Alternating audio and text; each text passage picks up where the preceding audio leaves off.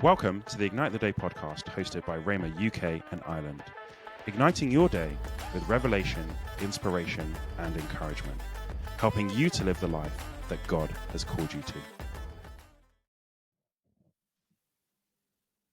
Alan, Claire, welcome to the podcast. It's great to have you on. Thank you so much for joining today. Oh, it's a real joy being here, isn't it? Yeah, it's great. So would you mind introducing yourselves for those who don't know you? Yeah, absolutely. Go for it, Claire. Yeah, okay. So we are Alan and Claire. We've been married for 37 years. Wow. And we have been pastoring for 27 years. And we've been up in the city of Manchester for most of that time. We have three adult children who are all serving the Lord in different places across the world, actually. Yeah, that's right. Yeah, so we've been the pastors of Go Church in Manchester, and that's been our real joy and privilege. And this year, we just passed that on. We just transitioned it to our assistant pastors, Mark and Simone Walker, who are just doing a fantastic job. And that's enabled us to become the Go Church champions and to really focus on church planting and mentoring of leaders. And that's our whole new role. Yeah. Especially as part of Rhema and Rhema Momentum. So that's the sort of the start part. Yes, yeah. So we're having fun at the moment, connecting with lots of different pastors and leaders and hearing lots of stories, some that are a little bit scary and some that are really exciting, so it's been good. Yeah. Okay. When you say some are a little bit scary, what kind of things do you mean? When we hear stories of things that people are going through or they're having to cope with, or they don't have teams around them, they don't have people supporting them. And I think that's one of the big things actually that's affected us, is we've really seen there is such a need to mentor and come alongside church planters. And so many people are trying to do it on their own. And actually, God doesn't want us to do anything on our own. We should always be part of something, working as a team, working alongside other people. Yeah, and I think when you say scary, you're more. It's more concerning, really, because we know what it's like to start with no money, no resources, no team, no training, just a sense of vision. And we know what it takes out of you and what it requires and the sacrifices. And we know that there is better ways. And that's one of the things that we love, with the Rhema training that we've included, this DCPI, Dynamic Church Planting International module into the course that really helps people plan properly and see how to turn an idea, a dream, vision that God's got into something that actually becomes reality. Yeah. And for us, that's the big thing. The biggest measure of your success is the transition, moving it to the next generation of leaders, recognizing that, when we talk about planting a church, we're talking about planting Jesus's church, the church that he is the boss of. He's he has a vision for his church, and we're co-laborers in that vision. And he uses our unique gifts and graces, but he has got a vision for his church. Yeah. And I think, Claire, what you said about, scary or concerning, I think it's so true, because I think that when people are alone and they go that journey alone, there's so much support that they don't have. The hard times are, I think, a lot harder when you're alone. Yeah. So I think it is so important to think about actually where does that end, because sometimes it can be really concerning and quite dangerous for people actually to go off on their own and just try and do it by themselves, because also the enemy tries to attack people that are on their own because they're not in that protection. So I love what you guys are doing by coming alongside people to really help them on that journey. Yeah. Well, we moved to Manchester. I was and started the church. I was 33, you were 31. We had a 6-year-old, a 3-year-old, and a 6-month-old baby when we started the church. And I don't know that was the best of timings, but our kids grew up, and everybody watched our kids grow up as the church was being established and growing and developing across the years. So, but Claire definitely had moments. Because we moved away from the ministry that we were part of. We came with no team, and I think there was definitely times. But for the prophetic words we had, the vision, then we probably would have got in the car and driven home. Yes, I did. I think there was about 3 times when I left Alan in the house with the kids, and he didn't even know. And I would just like, that's it. I've had enough. I've got Not of me. I've got to go. Not of Alan, no, not of Alan, but of just the whole thing of being on your own, and the whole. You've got this huge vision to plant a church, and you know God's given you this vision. And back then, 27 years ago, we didn't have the training or the experience, etc., that we have now, or is available now. And so we were just sort of, well, let's try this and let's try that. And we prayed for a lot. We prayed a lot. We did. And I think sometimes it just got too much. And I was like, I just want to leave. And I'd get in the car and I would drive. And there's a particular road, part of Manchester that we lived in, that when you came to the main road, it's one of the main roads that went out of the city. And if I turned right, I would have passed the sign that said, you're leaving Manchester. And every time I got to that junction, it was like God would say, it was like this, I don't know if it was God or me. I knew I would be out of the will of God, because God had called us to Manchester, and I could not turn right. And I would turn left, and I would drive all the way back home.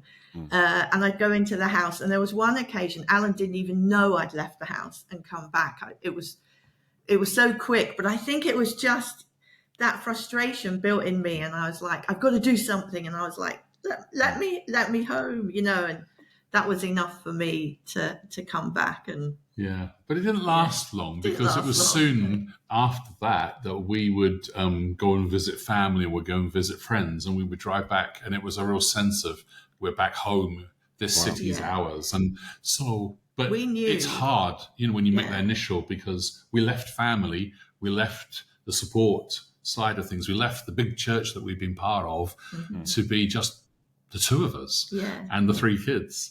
And then, eventually people joined us, and of course the church grew, and, we are where we are now. But, in those early days, no, it was tough. It's so interesting. So go on. There you go. I was going to say, I think, it takes a different kind of person to plant a church. I know we want to talk about, passing a church on as well, but, there's a difference between a church that you lead as a pastor of a church that's already established. Somebody who goes and plants, you have to have that pioneer spirit. You have to have tenacity.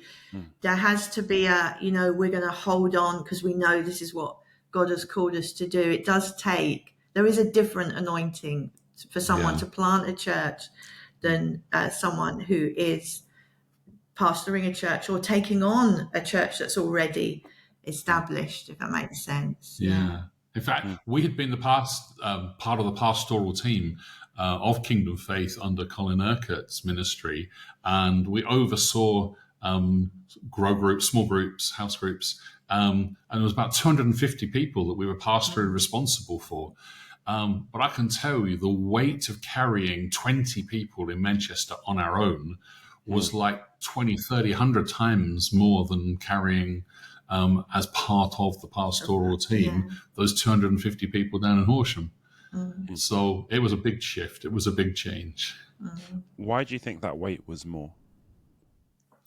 I think part of it was you suddenly realize that everything of breakthrough, keeping the teaching appropriate, relevant, exciting, suddenly it's all on you. Instead of being part of a team where the lead pastor is setting, or senior pastor, whatever you call them, is setting the direction, and you are enabling and maintaining and bringing your support and your graces, then that is a lot harder when you are having to do all of that. If Yeah. that makes sense. So Yeah, it's like you suddenly realise the buck stops at us, in one sense, and you are responsible for the decisions that you make, or the way, the way forward, and you suddenly realise, this role of shepherd, you are responsible for those who are in your Yes. church, and suddenly it's like, I can't go to somebody else and go, hey, that's where we need mentors. We need people who will help us. But Yeah, you're and responsible. that love, I mean, it talks in Romans 5, verse 5, it says that the love of God has been poured into our hearts by the Holy Spirit, or shed abroad in our hearts, depending which translation you use. And that sense of love and deep compassion, Yeah. it's both light and heavy, if that makes sense. That Yes. the responsibility, it's the Lord's responsibility, but He's given you these people to care for. Yeah. It's you carry them in your heart. Can't really explain it, but you do. You carry the people that you have in your church on your heart, and that's how you pray. You can understand Paul's words when he says in Philippians, I have you in my heart, and it's right that I do, Yes. because you pray for them, you care for them, and you carry them. Not that you carry their burdens, because you should cast the burdens on the Lord, but you carry them. Yeah, you're believing for breakthroughs, you're believing for the miracles that they're looking for. Standing with them. Yeah. So you guys had been with, Pastor Colin's church, and then it was time for you guys to plant on your own. How did you know that, and what was that process like for you? Ooh, some of that starts with me and some of that starts with you. I think it has to go to you first. Okay. So the ministry of Kingdom of Faith was very much a supporting of other churches' ministry.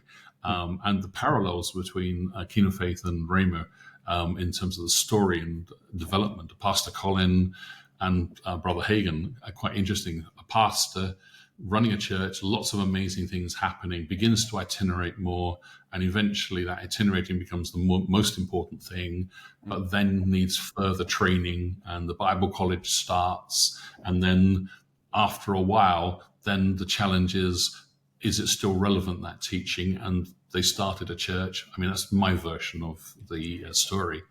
And so we were part of the birthing of Kingdom of Faith Church in Horsham.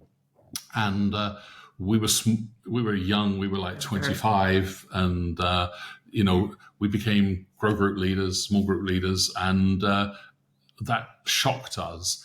And for the next few years, as our kids began, we had a brand new baby when the church started. We did all kinds of leadership stuff.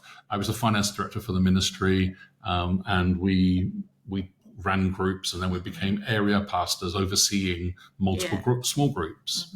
But there was a season when it seemed like every single Sunday there was a word that was given from the front of church about going, that it's time for people to go. And the thing is, when you have a very successful ministry, it attracts a lot of people. And the church grew rapidly for a season, which was great. And there was lots of different people coming, and lots of people would come. And, to the Bible college and to the church. Yeah. But there was a season when my dad, lots of times, not just him preaching, but others preaching, they would talk about, it's time to go. It's time to go. It's time to go. Who will go? That kind of thing. And it was during that time that you had an encounter with the Lord, didn't you? Yeah, very much so. In that period, the church grew from 100 to 800 in about 5 years. Wow. So, because obviously there was a team before the church launched. So it launched with about 100 people, and then very quickly grew. Some months, like 40 people joined the church, and the next month, 30 people joined the church. Well, trying to fit that into our grow groups the small group system, we just couldn't raise up leaders fast enough. And so we transitioned a little bit from small groups into large groups of 50 and bigger. And that made it kind of interesting dynamics, and suddenly realized that the very things that God had put in our heart, we weren't seeing in the church there. This was our home. We were happy. The ministry, everything we'd learned was just been amazing. But there was suddenly a spiritual lack of peace, of not quite being in the right place anymore, if that made sense. Well, we had made a decision to step back a little bit, hadn't we? And to Alan to focus on the finance side. But actually, in stepping back from being life group leaders or small group leaders, whatever different people call them, it was really interesting because we realized we'd stepped back from what God was calling us to. Wow. And I think that's a lesson, for people to learn. And we learn, and we learned it back then, if there is a call on your life, don't step back, be constantly stepping forward into what God has called you to. And in stepping back, it was like, we kind of felt a little bit empty, didn't we? Yeah, the grace had lifted. Yeah. And yet, so the job I was being paid to do as the finance director, that was fulfilling, but it was using so much time that we couldn't then do the pastoral side. That actually was the call of God on our lives. Because that when I got born again, I saw God raised from the dead, and in the middle of that, I got called into the ministry, and that had been the start of my journey when I was 20 years old. And here we were, just 10 something years later. And, just that sense of, for the first time ever, we pulled back from that calling, and it was very uncomfortable. But in the midst of it, became clear that it wasn't just that we were missing something, but it was a sense that God was trying to shift our roots. And they started to talk about planting churches around the country. No one went to do it, but we had a sense that was us. And as we prayed, and one morning I was praying, I really felt the Lord say, look at the map. Do you remember map books? Yeah. Before sat navs and everything, we all drove around with a ridiculous size A3 map books in our car that became crumpled and torn and corners folded. And God had been speaking about church planting, which was really strange because I'd never had it in my heart. So that was a real shift in direction. Then he talked about cities, which, we were in Horsham, which is a town.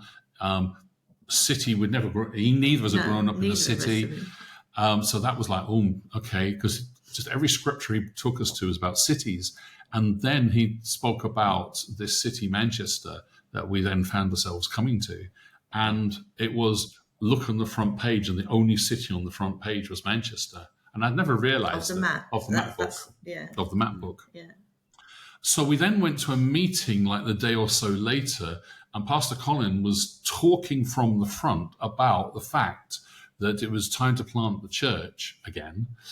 He was speaking about it. And he said, we need to plant a church in Manchester. There's people in Manchester. And I just thought, that's us. Wow. But what also he then said to you afterwards. Yeah, but for you were right at the back of the hall, you told me, and Dad was at the front. And when you hear stories when people fall in love and it's like everything parts, and it was a bit like that, although, it's like everything parts. And you said you found my dad looking you straight in the eye, and he walked straight up to you. Yeah, at the end of the service, he just said, so when are you going? Yeah. And it was like, well, actually, we wanted to talk to you because we're feeling called to Manchester. Yeah. And so there's this coinciding of calling with of the ministry and the leadership with something that we had on ourselves. But it wasn't, Kingdom Faith hadn't planted churches at this stage. No. Apart from the one in Horsham, it had bases for ministry, but it hadn't any churches. So this was a very new thing for all of us. And So So just so to fast forward a little bit, we were at a conference. It was a women's conference, and we had Jean Darnell, who is a prophet. She has a very prophetic ministry, and it's the first time I'd ever met her. And she was praying for people, and we had this line at the front, and I was at the end. And when she got to me, she just started this prophecy. She started to talk about Alan without knowing anything about Alan, describing some things he was going through, and then just gave this word about there's a territory for you. Other people have gone in, they've prayed around that territory. The enemy's been tried to get in, but because people have prayed, he's not been able to. Yeah. Wow. And it was like, okay. And when prophetic words are spoken out, the reason that God has some prophetic words spoken out publicly is because it's not just for the person to hear, it's for others to hear as well. And it was really interesting because there had been a little bit of difficulty with some people in the leadership who weren't sure that we should be leaving, we should be going. And actually that word confirmed to them that we should be. And after that word, it was like everybody was behind us. Everybody was like, yes, we're sending out Alan and Claire. And when we came to Manchester, and there was this particular area, and we really felt this was the area that we should plant the church. It was really interesting. A few years later, we discovered that a church in Leeds had been sending over a few people once a month to come and pray the area that we ended up planting our church in. So, the prophetic word and the action. The prophetic word. Yeah. Wow. So, wow. I think as well, for me, it's the best place to be is in the will of God. And was it a big thing to leave my parents and to leave the church that I'd grown up in and been in all my life? Yes, it was a big deal, but the cost was worth it. And it's interesting when you know you're in the will of God, it doesn't matter what the cost is. You count the cost and you take the cost. And we were so excited that this is the area God's shown us, and some other pastors in the city up here had welcomed us. We'd met with them.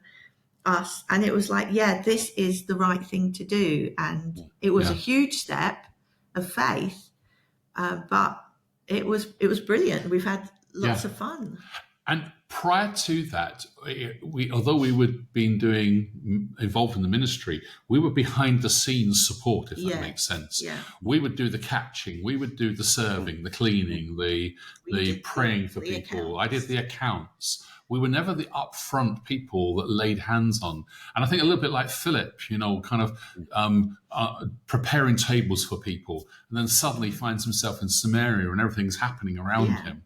I think that's kind of how we felt. Yes. We moved up here and suddenly we're praying for people, and there's healing happening, and there's this happening, and this person gets saved. And so the transition, although it was hard, leaving friends, leaving family, so having nobody to babysit. We had no babysit network, right? But, those kind of simple things. But interesting transition.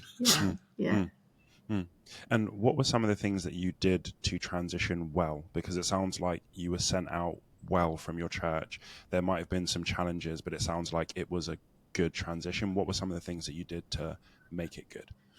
Yeah. So first of all, we came up here for a holiday before, in the summer before we moved in the January. So I can't remember when it was. And we just got a holiday home outside the city, and we would literally drive into the city. We were talking to people and listening to the Holy Spirit. And as we drove around the city praying, it felt like we moved into like a bubble zone. Yeah. It's like, oh, we're in the right place. Oh, no, we just moved out. Oh, hang on a minute, that's interesting. And we sort of kind of plotted that roughly as to where that was on the map. We talked to people about the kind of church, we felt it was going to start in our home, so we weren't looking for a venue instantly. So that meant the kind of house we were looking for had to be of a certain size, which of course was great. Moving from the south to the north, you get double, quadruple the house that you'd at in the south. So that was a big help. But there were people that talked to us. Yeah, there were people that talked to us. I'm going to be really honest here and say I don't think it was as good a transition as it may sound. And I think going back to, this is the first church that had been planted, and nobody really knew what they were doing. And whereas now, with a transition to Marcus Sloan and then planting other churches, we have much more of an idea of the things that we want to avoid, the landmines that we want to avoid. And we had lots of spiritual support, of prayer. I think the one thing that we didn't have right at the very beginning was people. Or training. Or training or money. And definitely, if you're going to launch a church, you need people. You need other people with you. And we had a young couple that joined us right near the beginning. Yeah, wonderful couple, Richard and Kerry. Yeah, and for 6 months we prayed. We just prayed and we prayer walked. And again, that's a real positive thing before you're about to plant a church, is pray and get to know the area that you are in. We did a lot of prayer walking. And this was a really young couple. I mean, they were just newly married, and sort of early 20s, I think. So here we were as 30-year-olds with no experience, and they were young, newly marrieds with no experience either. And I think that's what we just literally prayed the place open, and that then led to relationships. We knew that we was going to be a multicultural church, so here we were, this white middle-class couple moving from a village town mindset into a city, and God was saying that it was going to be a multicultural church because it needed to reflect the city that we were a part of. So the first thing we were like, Lord, then we need people who are going to help us understand what we don't even know that we don't know.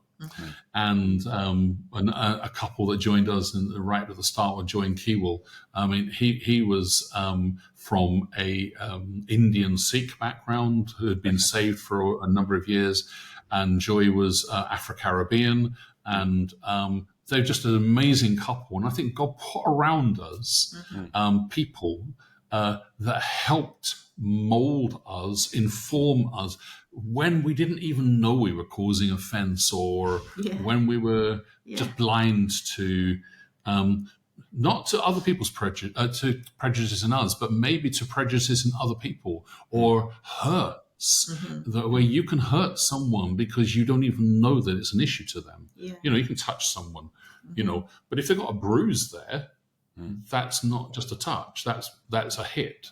You know, if that makes sense. It feels to them like it is. And learning to be gentle and gracious and culturally appropriate.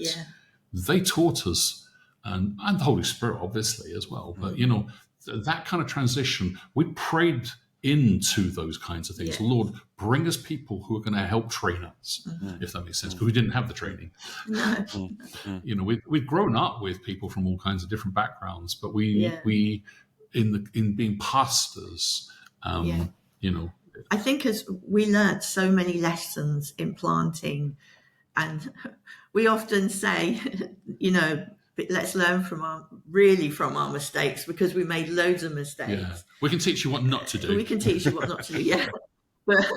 But you know, our whole thing is we want to help people now. You know, plant churches well. That you know, to plant well. You know, to see and to avoid the landmines, to see what could cause issues, to see what needs to be planned and put in place. You can have an amazing call and a vision from the Lord, but that you still have to practically put it into place. And that's really, I think, one of our strengths is the whole practical side of not telling people how to do it. That's not what we want to do, because God has a vision. Every church is unique. And God has a vision for each church, his church. But it's about, so what are the things you need to look for or do? And you do it in the way that God has been telling you how to do it. But it's, if you don't know what to look out for, then it's easy to walk into a mine, isn't it? That just blows up in your face, and you've So a landmine, by definition, is an avoidable destructive force, something that you should be able to see and avoid. So that's why we joke about landmines. It's a DCPI training word, but it's also something that people understand. Don't step on a landmine; they hurt. It kills you, and they're all avoidable. So our next episode about church planting will either be how not to church plant or how to avoid the landmines, is what I'm getting from this. Avoid the landmines, because we want people to church plant. We want the people to plant well, don't we? That's the whole point. So you've talked a bit about how you planted well. What about how you left well? Because there's kind of two sides to the transition, right? Is what you're going to and what you're coming from. So, you mentioned that there were some people that originally weren't that sure about you guys leaving and things like that. How did you guys make that transition out well? Or was that not as well as it sounds? I think the transition. You mean the transitioning to Mark recently? Recently. Yeah. No. The first one when you were leaving Kingdom Faith to plant. Yeah. Okay. The reality is we got sent out. We were sent out. That prophecy was really significant. It really helped the leadership get behind us in prayer. And they brought us up the front. They prayed. They sent us out. And it was the usual thing, both with Rhema and Kingdom Faith and many ministries. We train people up, but we can't resource everybody. And so that was the thing. Hey, go for it. There was a small financial monthly for the first year, a little bit. There was. I got a salary for I did. Yes, you did. You worked for 3 months. 3 months remotely. Remotely, that's right. I continued to be the finance minister until someone else was properly in place. Yeah. So it gave us 6 months to transition. We moved up here and we got a job. We self-supported, and we just prayed things out. One of the things they did help us with is they made it public. So they told a number of people at the conference, the big annual conference, that we were going to plant this church. So that gave us a little bit of publicity, because that was kind of almost pre-social media, wasn't it? It was. Facebook didn't exist in '97, did it? And we had a mentor. I don't know if now we'd call them a mentor. Back then it was somebody who was over. There were lots of churches that related, and they still do relate to Kingdom Faith. And so the person who was covering the Northwest, we would account to him, report to him, and he would follow us up. How are we doing, etc. So, So we weren't abandoned. So we were very much still part of the Kingdom Faith family, and we got resources from them, books and literature and stuff. So what if we had money to buy certain things? We got advice of what to buy, but we were the experiment that everybody learned from. You need this. You need that. Okay. That would be really helpful if we'd known that ourselves. But that was the exciting thing, because over the next few years, Kingdom Faith planted a number of other churches, and each of those people talked to us and learned. And I think that's why we have this heart for the church planting side of things. And then for 10 years, we then we ran our church here in Manchester, and then we found ourselves merging our church with Matt and Julie Beamer and their church, who had planted almost the same time as us here in Manchester. We'd worked together, we'd done conferences together, we'd prayed together, and it felt like God was bringing the two churches together. And that was another transitional shift, Yes, because that was being released from Kingdom Faith, and very much a marriage of the churches. Yeah, I think one of the biggest things with any transition is communication. Yes. Communicate, And then do some more. And then if you think you've done enough, still communicate, because people hear what they want to hear. Yeah. They don't, and they also, we've learned in transition, they want to hear what affects them.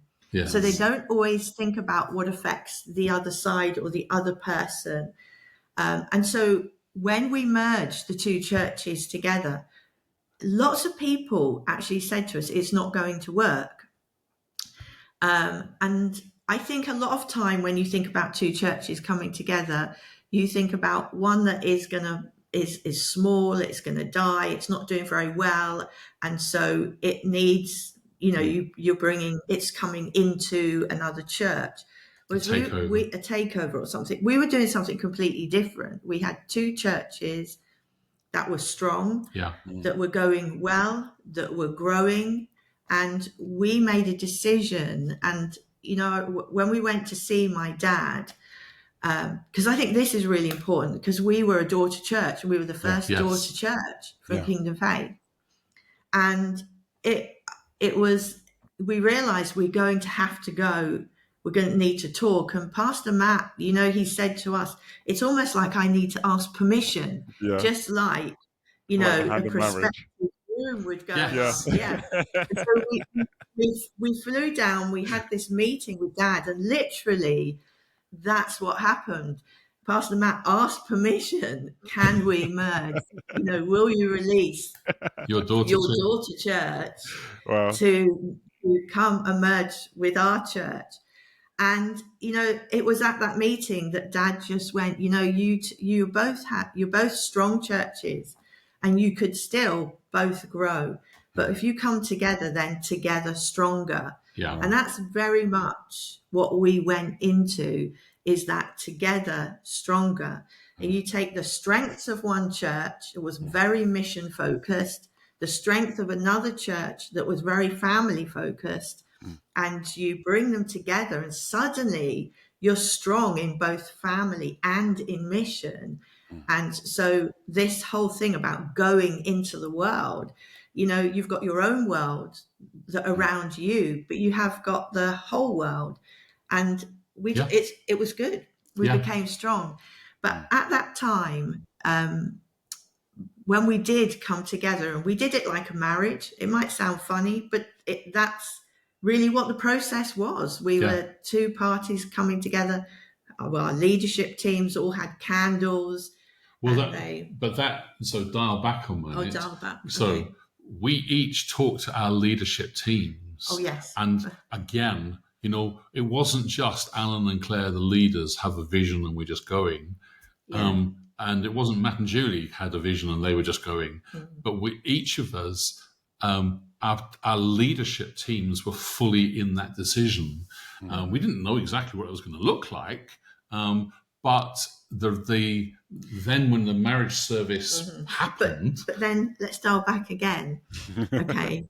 So when you communicate things out, you need to work your way through. So obviously the four of us had communicated. Then we each went to our leaders, and our leaderships agreed. Then we each went to our churches, and if you have another layer, as churches grow, you can have multiple layers. All the time you're going and making sure everybody is on the same page. Yeah. Everybody knows what's going to happen. You're communicating. We were invited to come and preach at the church so that they could meet us before the whole church could meet us, before we brought the churches together. And so likewise, Pastor Matt preached at our place. Yeah, preached at our place, came and met. So all the time we were making sure everybody, because the church is not about the pastors and the leaders, the church is about everybody. So we're making sure everybody was in the picture and communicated with and happy. And we let people ask questions. I think that's the other thing, is you have to be open and honest, and you need to allow people to ask the questions, even if they're hard. You need to allow them to ask the questions so that it helps you as leaders to know how to work things through as well. Yeah. And Yeah. And that was a few years back. Yeah. And so just so I'm clear, so you guys kind of stepped into the lead pastor roles of the merged church, is that right? No, we stepped into. So initially, the merged church was we were the associate pastors to Matt and Julie. So it was a partnership. Very much they were leading, and almost immediately there was a sense of calling Pastor Matt and Julie out, and they went to Nigeria but within 6 months of the merger, there was a real sense that actually they needed to hand over the church to us. And a year later, after the merger, we became the lead pastors of that merged church, as they went and started Rhema, Nigeria and Egypt, and obviously now Lebanon. And so for both of us, it was an incredible acceleration of the ministries and the callings, and set all of us at a whole different level from where we had been.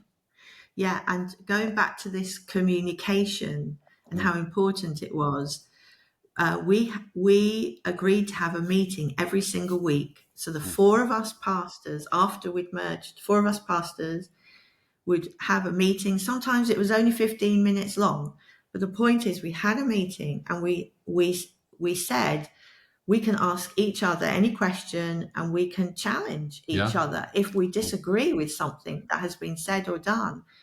And challenge more, it was can we ask why you did that? And we've now locked that down into one of our sayings that we talk about as Go Churchers: honesty with honor, truth with love. I love that. And safe harbor. Safe harbor means I don't exactly know how to express this. I need a little bit of grace. Please listen to me while I ask something that could be a little bit difficult, but I'm not trying to challenge your leadership. And that was about us. That's what we did. And we built that into the church, that kind of attitude. But that whole meeting every week, I think, is very much contributed to the success of the merger, because we didn't give the enemy room. That we didn't allow division. We didn't allow any wrong thoughts, because we were allowed to either them to us or us to them.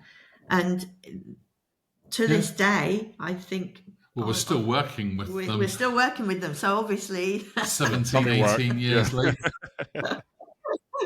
But Okay. Yeah. So if we fast forward, and by the way, I think there's another episode in church leadership dynamics, because I loved the bit you said about honesty with honor. So I think that's a whole other episode. But let's fast forward a little bit. So you guys merged the churches, then you became kind of the lead pastors 6 months to a year after. And then in the last year, you've transitioned the church over to other people. So how did you know that it was time for you guys to hand over the church to someone else? This is part 1 of a 2-part episode series. Make sure that you're subscribed to us on Apple, YouTube, Spotify, or wherever you watch your podcasts to catch episode 2. See you then. Thank you for joining us for the Ignite the Day podcast.